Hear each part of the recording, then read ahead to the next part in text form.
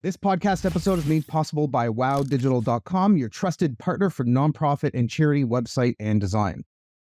Are you feeling stuck, stretched thin, or like you're running on empty? Jake Smolarek shares mindset strategies to help nonprofit leaders stay consistent, motivated, and aligned with their mission, even when resources are tight. Tune in and discover how to lead with clarity and avoid burnout while making a greater impact.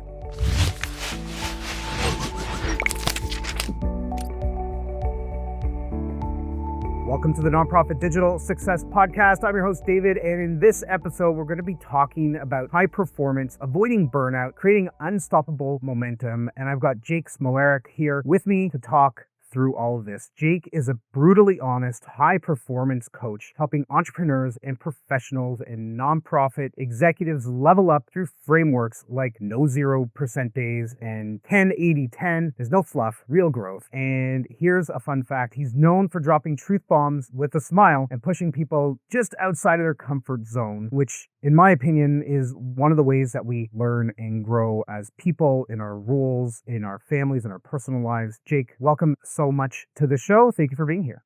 Thank you very much for having me. I'm so excited about it. Amazing. So just before we started filming and recording the episode, we were talking a little bit about nonprofits. So why don't you fill in everybody listening or watching this? Hey, everybody, we do have this on YouTube, so go check it out, subscribe. Tell them, I guess, what we were talking about. Yeah, I mean, we were talking about that non-profits, well, they have to actually make profit, otherwise you cannot operate, right? Non-profit is almost exactly the same business like any other business out there. You have to make money, to spend money, to invest money. It's exactly the same. How you operate might be a little bit different, slightly different, but it's still a business. And it doesn't matter if you are in the UK, US, Canada, anywhere in Europe or Asia, the rules are exactly the same, isn't it? Yeah, in order to do the work that you set out to do, to achieve the mission, to help the people or the animals or solve this problem, it takes time, obviously, because it's your time, volunteers, everybody's time, but it also takes money. You need to fly whatever it is that you've received in donations to a third world country, if that's what you're doing. It's going to take money to buy food and supplies to feed starving children before they start school in the morning. You need to operate with a growth mindset and with a business mindset. 100%. And you must have a vision of what is it that you want to achieve. Every major corporation, every big business, they all have a vision, what they want to achieve. And I always say to people, it doesn't matter if you are just a person or a small business or medium-sized business or a massive business, you must have a vision. If you go and talk to an Apple CEO, they know exactly what they're doing. If you go to a successful company, they know exactly what they're doing. If you go and meet, doesn't matter if it's a non-profit organization or a small business, and they're struggling, they probably don't have a clear vision and the plan on how to achieve it. If it takes you more than 10 seconds to explain to somebody what your organization does, you really don't have clarity on your goal and your mission and your vision. So get clarity, practice it. It's the elevator pitch, right? But the elevator pitch isn't 30, 40 seconds. Just get it out, distill it, throw it into AI, ask it to simplify or to look at your mission, vision, value page of your nonprofit and give you like a one sentence, this is what we do. Yeah, 100%. Like, I remember when we were running our organization, at the beginning, we just said, like, we want more children to smile. As simple as that. And then we've been doing many different events and things. It's just we've been making, children smile, whatever that means. And we help thousands of children in many different ways. But that was the thing. It's just like, hey, we want more children and kids just to have fun and smile and enjoy their lives. And even if everything says that, like, oh my God, the family is struggling or something like that, it doesn't matter. Bring them just a little bit of smile, at least. Do something. But you're 100% right. That's exactly like with any other businesses. If your elevator pitch, 5 seconds, 10 seconds, ideally maybe 8, if you cannot say that, then you're not exactly sure what you're doing. If you cannot explain it in 8 seconds to an 8-year-old kid, what is it that you're doing? It means you have to work on it. You have to work on your elevator pitch. Exactly. So jumping into, I guess, the main stuff for the episode, we were talking a little bit about like no 0% days and using that as a mindset. So can you explain what is no 0% days as a mindset? Yeah, it's one of my frameworks that I use when I coach entrepreneurs, business owners, or including nonprofits and charities. First of all, you have to have a vision. You have to know what is it that you want. That's a must. There's no conversation about that. Because once you know that, then I always say to people, always do something every single day that brings you closer to that vision. Because at the same time, I like to say something that, like, first of all, you have to have a vision, but you have to be obsessed about that vision. Every entrepreneur, well, at least successful entrepreneur, they've been obsessed about what is it that they want. If you don't have that obsession, it's going to be very, very difficult to achieve it. So first of all, have that vision, be obsessed about it. So it must be fun. And then the no 0% days means you have to do something every single day to get closer to that vision. It doesn't have to be a lot, but we all have bad days. And when you have a bad day and it feels like you don't want to do anything, do 1%. Send one email, read one page, or write one page, call one investor or someone. Just do something, because you will feel better the next day. This is based on a Japanese way of thinking called Kaizen. You're getting better every single day. It doesn't have to be a lot, but at least be a little bit. There's an amazing book called Atomic Habits by James Clear, and he's talking about it as well.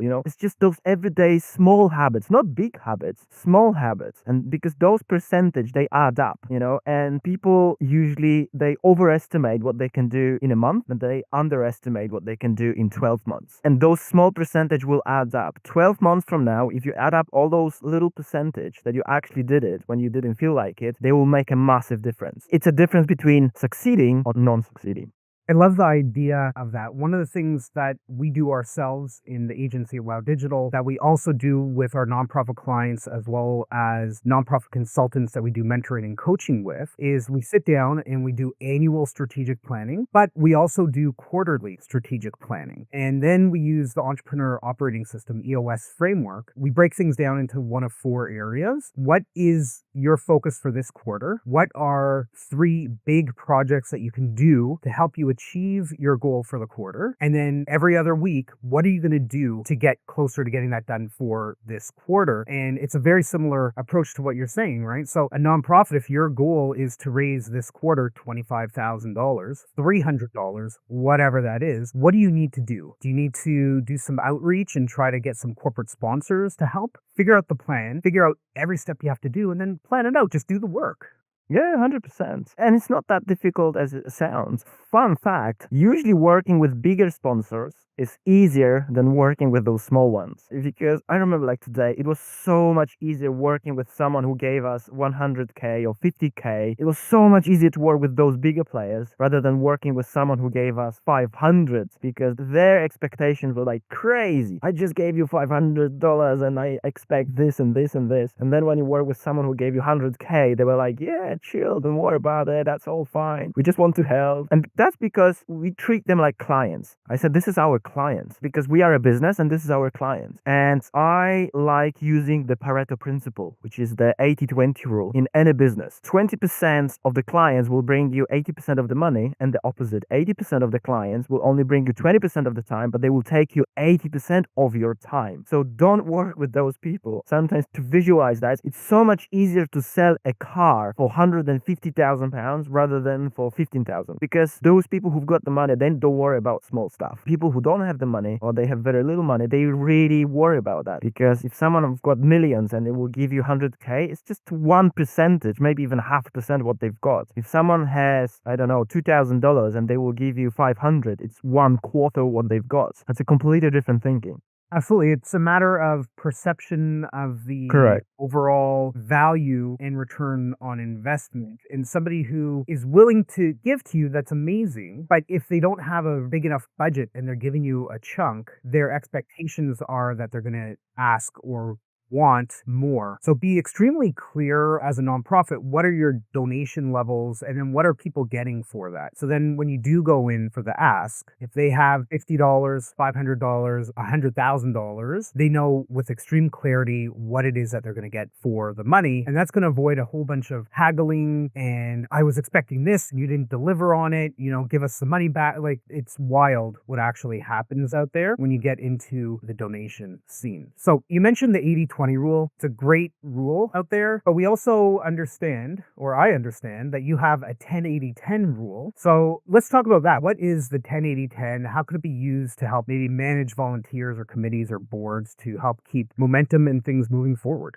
Yeah, another framework, it's 10% at the beginning and 10% at the ends are very exciting. It's partly based on the Pareto principle we just talked about, 80-20. So 80-20, the 20 is split into 10 and 10. So everything that you do at the beginning, you've got an idea, there's an excitement there, new things happening, you've got the vision, like so exciting. That's amazing, right? You really want to do that. And then the last 10%, you're winning, like it's amazing. You made it. You go through a lot of difficult things, but you actually made it and it's so exciting. But now the 80% in the middle, that's hard work. And most people, they don't want to do it, especially at the very beginning of that 80%. Let's say the first half of it, it's hard. It's like going to the gym every day, 7 days a week, for the next 7 years to achieve a massive goal. That's exactly what it is. It's hard work. You're doing kind of the same things all the time for a long time, but this is how you succeed. This is how you become, let's call it a champion. This is how you're succeeding because you're basically doing the same thing over and over. You're getting better and better, and eventually you're succeeding. If you look at all the successful athletes,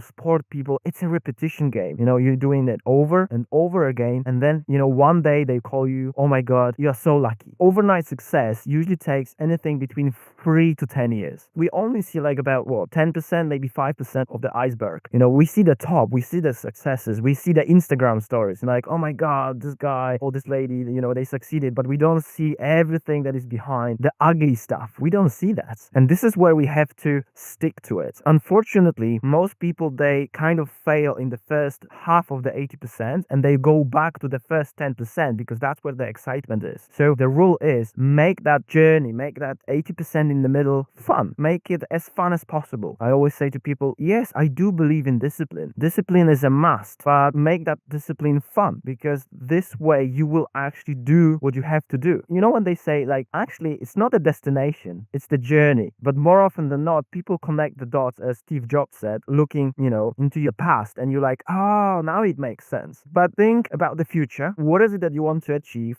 Think about your vision and then go back to the present and start connecting those dots, looking not only backwards, but looking forwards because it's possible to plan it. Obviously, and I think I will use Pareto principle again, 80-20, you can probably plan 80% and then 20% will just happen to us. But that's life, We can talk about another framework that I've got. It's called Vision GPS. And the P is actually for a planning process, not just a plan. We can talk about it in a second. Yeah, I feel like people, they get together, they brainstorm, they're sitting in a boardroom. What is the next event that we're going to do? What's the theme for the upcoming gala that we've got going on? Everybody gets really excited at 10%. Like, yes, let's go, let's do this. We're going to get everybody going, super excited about it. And then you have to sit down and plan. And I think like that first 5% of that 80 is where procrastination hits. Ooh. Oh, yeah. And I think, oh, yeah. like working through that, it can very much be a struggle. And I think just chunking the work down, all right, today I'm going to spend a half an hour doing this. I don't have to sit down and spend 5 hours today figuring this thing out. This event is 6 months down the road or whatever it happens to be. Slowly work on it. Every step forward that you put towards the goal is one step closer to getting there. And yes, there will be times when you're like, oh, I misstepped. I got to go back and rethink this thing. But you're still like 8 or 9 steps further down the road to getting it done than you would have been otherwise. And you're just going to shoot yourself in the foot if you procrastinate too long. The amount of stress that's going to build up and the pressure, and you're going to get burnt out from it. And you're going to feel like, what have I been doing for the last 2 months? Slowly work on it. Plan to not get it all done in one shot, because if it's a big enough thing, you're not going to be able to. Put some time in your calendar every day, just a repeating half an hour or an hour or 10 minutes to get the thing done that you need to.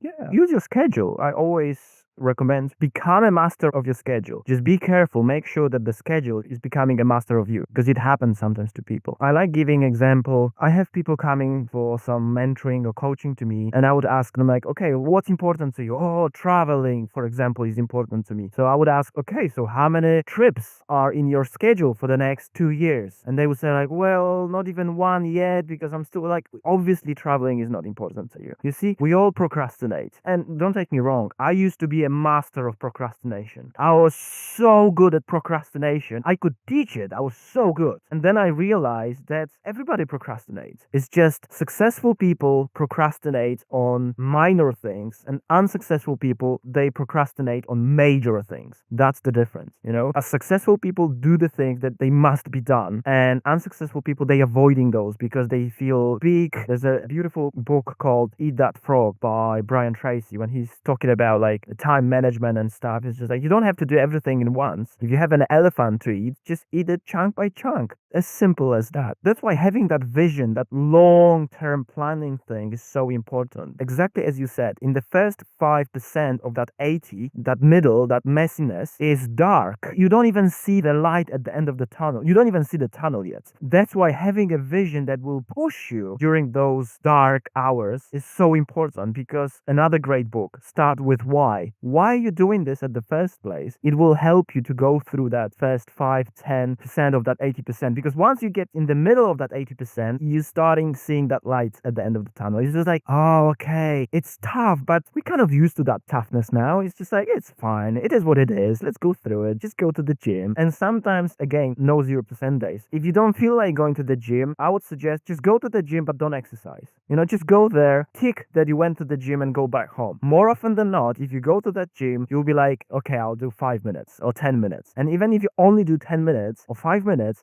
5 minutes is way more than nothing. Because once you start having 0% days, they kind of accumulate really fast. It's like, okay, I'll do it tomorrow, and then I'll do it tomorrow, and I'll do it tomorrow. It's like that old English saying, an apple a day keeps a doctor away. It doesn't say if you eat 10 apples 9 days from now, it keeps the doctor away. It's an apple a day. If you eat 10 apples in one sitting, you're going to probably need to go to the doctor. Probably.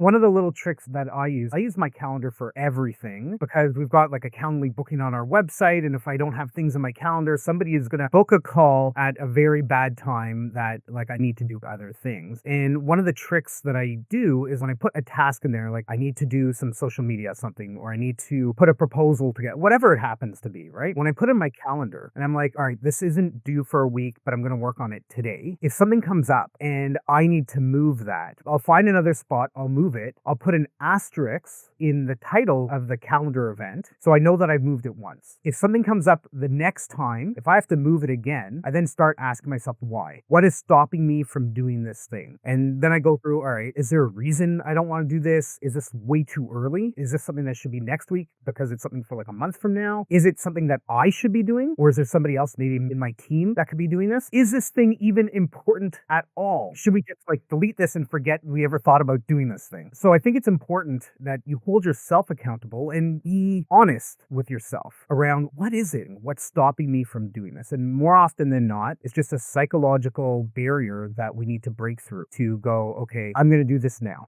Yeah, I mean, I've been using the Eisenhower box, you know, the quadrants, for over 20 years. It's funny that you say that. I was talking to a client of mine, and he's an accountant in one of the top accounting companies here in London. And he said, like, oh my God, most of the tasks I'm doing every day, they urgent. And I would say, okay, like, let's break them down. And it turns out that 80% of them, they actually been fake urgent. They haven't been urgent at all. They looked urgent. They were not urgent. And I said that you have to start using the Eisenhower box. You know, the important, not important, urgent, not urgent. Because to be honest, most things, they're not that urgent. Using that Eisenhower box or quadrants on an everyday basis helps a lot, because some things, for example, are very important, but they're not urgent. And that's why we procrastinate on them. We postpone. You know, reading one book that could change your entire life is not urgent. Your book is not shouting at you, read me, read me. It's just like, no, it's sitting there on the shelf quietly, but it might be one of the best books to read. I'm a reader, as you can see behind me, right? Moments ago, you mentioned Vision GPS. So let's talk about that. That's another interesting, I believe, framework that I use with a lot of people, if not over 80% probably. It's an acronym. So the vision is something that you want. You call it however you want. Vision, North Star, dream, you name it. Okay. This is something you have to have in your head. How do you want your life to look like? Your life, your business, everything. That's the vision. And the GPS, it's an acronym from goals, planning process, and systems. So vision, I probably don't have to explain to anybody. It's like, sometimes I have people coming to me like, oh my God, but I'm not such a visionary visionary person, but like, listen, vision is your life. It doesn't have to be massive. You don't have to think like Elon Musk or Bill Gates. It's your life. If you want to be a happy teacher, teaching people and helping them, that's your vision. Your vision, you dream about whatever you want. But anyway, so I'll leave the vision there. And the GPS is like, you have to have goals. And as cliche as it sounds, you have to have smart goals, specific, measurable, attainable, realistic, time bound. It's very important to have deadlines and to measure things. I love when people coming to me and say, I need more money. So I'll take, let's say, $10 and I'll give it to them. It's like, there you go. Now you have more money. Oh, no, you don't understand. I need a lot more money. Okay, that's $20. That's a lot more money now. It's like, no, you don't understand. I need a lot of money, but a lot is not a number. Your brain is not going to help you to achieve that goal. That's why it's so important to have smart goals. And we have to have long-term goals as well as short-term goals and anything in between. Because if your vision is so big and it's actually scaring you, that's good. Because most people, they don't think big. They think average. They think small. Why? You only have one life. Give it a go. If they say no, they say no. But you never know. Maybe someone will say yes. Maybe a big player will say yes. So you have to have goals. Now, the P part is partly based on a book called The Art of War by Sun Tzu. Am I saying it right? It's not just a plan, it's a planning process. At war, especially, 500 years ago, you have to watch what's going on the field. You have to have your eye on the enemy because you cannot just follow a fixed plan. That's the difference between a plan and a planning process. A plan is fixed. You follow, something happens and suddenly the plan is no good anymore. But the planning process, you have to be flexible. You have to adapt to what's happening. Great example, the pandemic. Pandemic happened and most people panic. They have no idea what to do. But people with the proper planning skills, with the proper planning in place, they quickly adapt. There's no questions like, what's going on? Pandemic? No problem. Let's adapt as quickly as possible. So planning process is so important. To be flexible, as you are saying, if I have to move something, I have to move, right? But I need to be smart about it. And then S is for systems. Like you've been explaining how you're moving things in your calendar. And that's a system that you have in place that you use to help you to achieve your vision in the long term. Small systems and big systems. Like I run a digital marketing agency. So for example, the best systems for me to explain are Google Ads or search engine optimization, right? Those systems work for you 24 hours. So yeah, that's the Vision GPS. And the Vision GPS in that framework will work exactly like the GPS you've got in your car. You set your destination. The vision is your destination, is where you want to go. And then the GPS will take you there. Fun fact, you don't have to know the exact address. First of all, if you know the direction just to start with, that's good enough. Because if you have no clue where you want to go, every road will take you there. You're going to be drifting on the ocean of life. You don't have to have 100% of clarity to start with. Direction is fine. And then where is the destination? That's even a little bit better. And then at the end, you just need to know the full address, I say it. If you go this way, eventually you will know exactly what is it that you want. But that's a big problem a lot of people have. They think like, oh, if I don't have the 100% of my vision, I cannot start. Because I have to wait until I'm 100% prepared or 100% motivated or 100% whatever. But no, it doesn't work this way. You just have to have a direction first, and that's good enough. Even if you walk, even if you crawl, to be honest with you. I think that's very valuable insight, and I hope everybody listening and watching this are taking that really to heart. You need to start down the path. You will get to where you want to be. However, you need to have that goal, that vision. Even if it's a 3, a 5, a 10-year goal, you're never going to reach where you want to be if you don't articulate what it is that you want to achieve. Even if you write down one sentence on a piece of paper or a Post-it note and you stick it to your monitor, if you know what your goal is, you have something to work towards. Without that, you're just going to flounder. And yeah, you're going to do some cool stuff and some great stuff along the way, but how are you going to know whether you've achieved what you've set out to do if you haven't articulated what it is that you want to set out to do? A little bit of chicken and egg kind of scenario, but that's really the reality. Is you started an organization, you want to do X, Y, and Z. You want to do that by doing this. How are you going to get there? And that is the path that's going to get you there. And I love using acronyms. We have our Mission Accelerator program, which the acronym is MAP, goes along really well with what you've talked about GPS. Yesterday, I was mentoring a mastermind group and I said, okay, we are planning out this month and let's talk about the next 2 weeks. We follow EOS, the Entrepreneur Operating System. So it was, all right, what are the rocks? What are you going to do to get closer to getting that done for this quarter? And in terms of SMART goals, absolutely. How much time can can you put towards this thing that's going to get this done for the end of the quarter? So over the next 2 weeks, is it a half an hour? Is it 8 hours? Is it somewhere in the middle? Just because you didn't finish the task doesn't mean that you don't have a momentum marker that you can check off by saying, you know what? Yeah, it's a 20-hour thing I need to do. I said I was going to spend an hour. I actually spent the hour. And you can pat yourself on the back and then you go, okay, the next week I'm going to do 5 hours or another hour or whatever it happens to be. But congratulate yourselves along the way as you accomplish things, because that's going to help motivate you to do more of it. Yeah, I mean, you have to monitor the progress and see that you're actually making progress, because sometimes people think like, oh, I'm not making any progress. Have you been measuring it from time to time? Because sometimes progress is visible. You can actually see it. And sometimes progress is hidden. And I'll give you an example. One of my first businesses ever that I started was construction business. And it was in London, UK. I was about 20 years old. I knew nothing about construction, but one of my mentors just told me like, if you want to be successful and have money, start construction business, you'll be fine. And okay, I started next day. That's exactly what I did. Success like speed. I always say that. My example is, if you're renovating the house, the progress at the beginning, you can clearly see it. Like, you just getting rid of everything. You know, the clients were saying like, oh my God, such a quick progress. Oh, you guys are amazing. And then we've been doing things like plumbing, electric, things that are hidden in the ceiling, in the floor. And the client would come and say, oh my God, the progress slowed down so much. It's like, no. We're actually making loads of progress, but the progress is not that visible to you. It's visible to us because we know what's going on, but for someone who is not a construction worker, they couldn't see it, because sometimes progress, you're doing loads of things and you kind of don't see the results. The results are there, but they're hidden. One day or another you will see it, but you have to stay in that middle 80%. You have to do the work even if you are unmotivated. And I always say motivation is overrated. It's all about discipline. I mean, like, you know, people coming to me and say like, you are so disciplined, how do you do that? It's like, yeah, I drink my discipline shake in the morning and this is how it works, right? You know, no, it's not like that. You just do the things. That's it. Even if you don't feel like it, again, going back to no 0% days, you just push yourself, even if you don't want to, just a little bit, and then next day you are proud about yourself.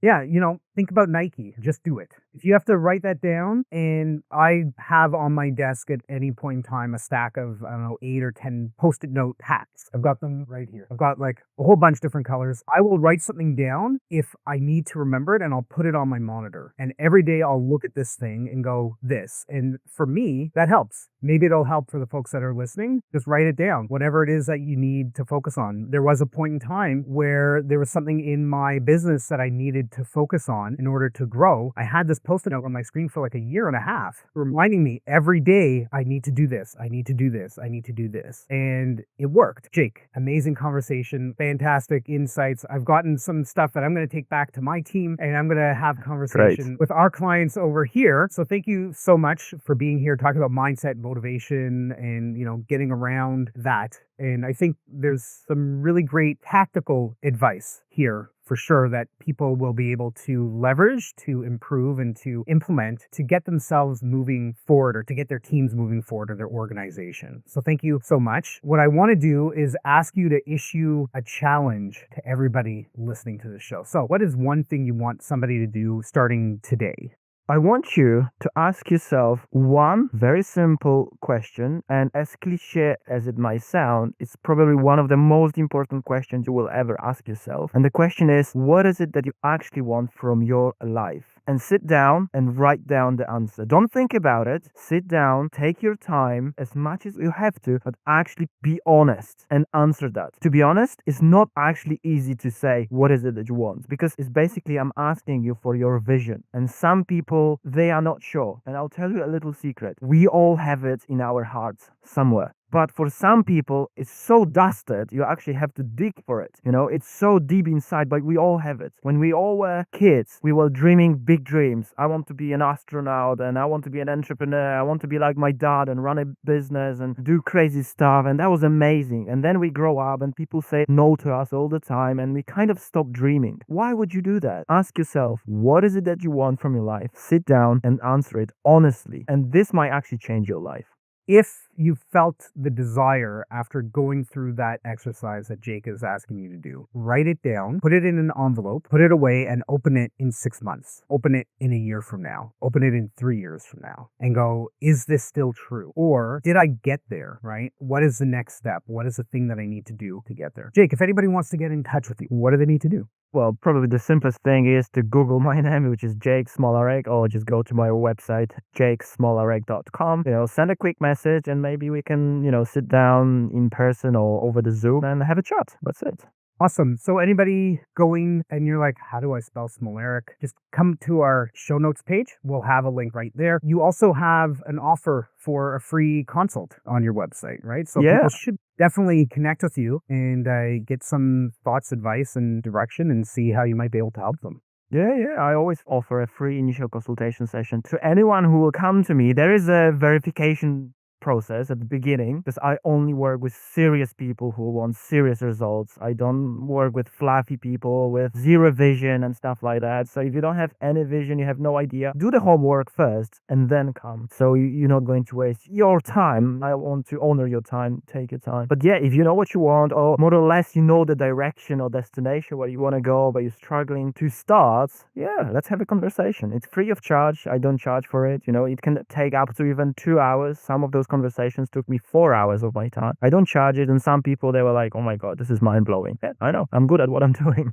It's very clear that you're passionate about this. It came through in everything that you were talking about today. So thanks so much for joining in, Jake. It's been great having you here on the Nonprofit Digital Success Podcast. Everybody listening, as I mentioned, if you want any of the links, the resources, the books that we've talked about on this episode, just head over to our show notes page by going to nonprofitdigitalsuccess.com. Click on this episode for all the details. And until next time, keep on being successful.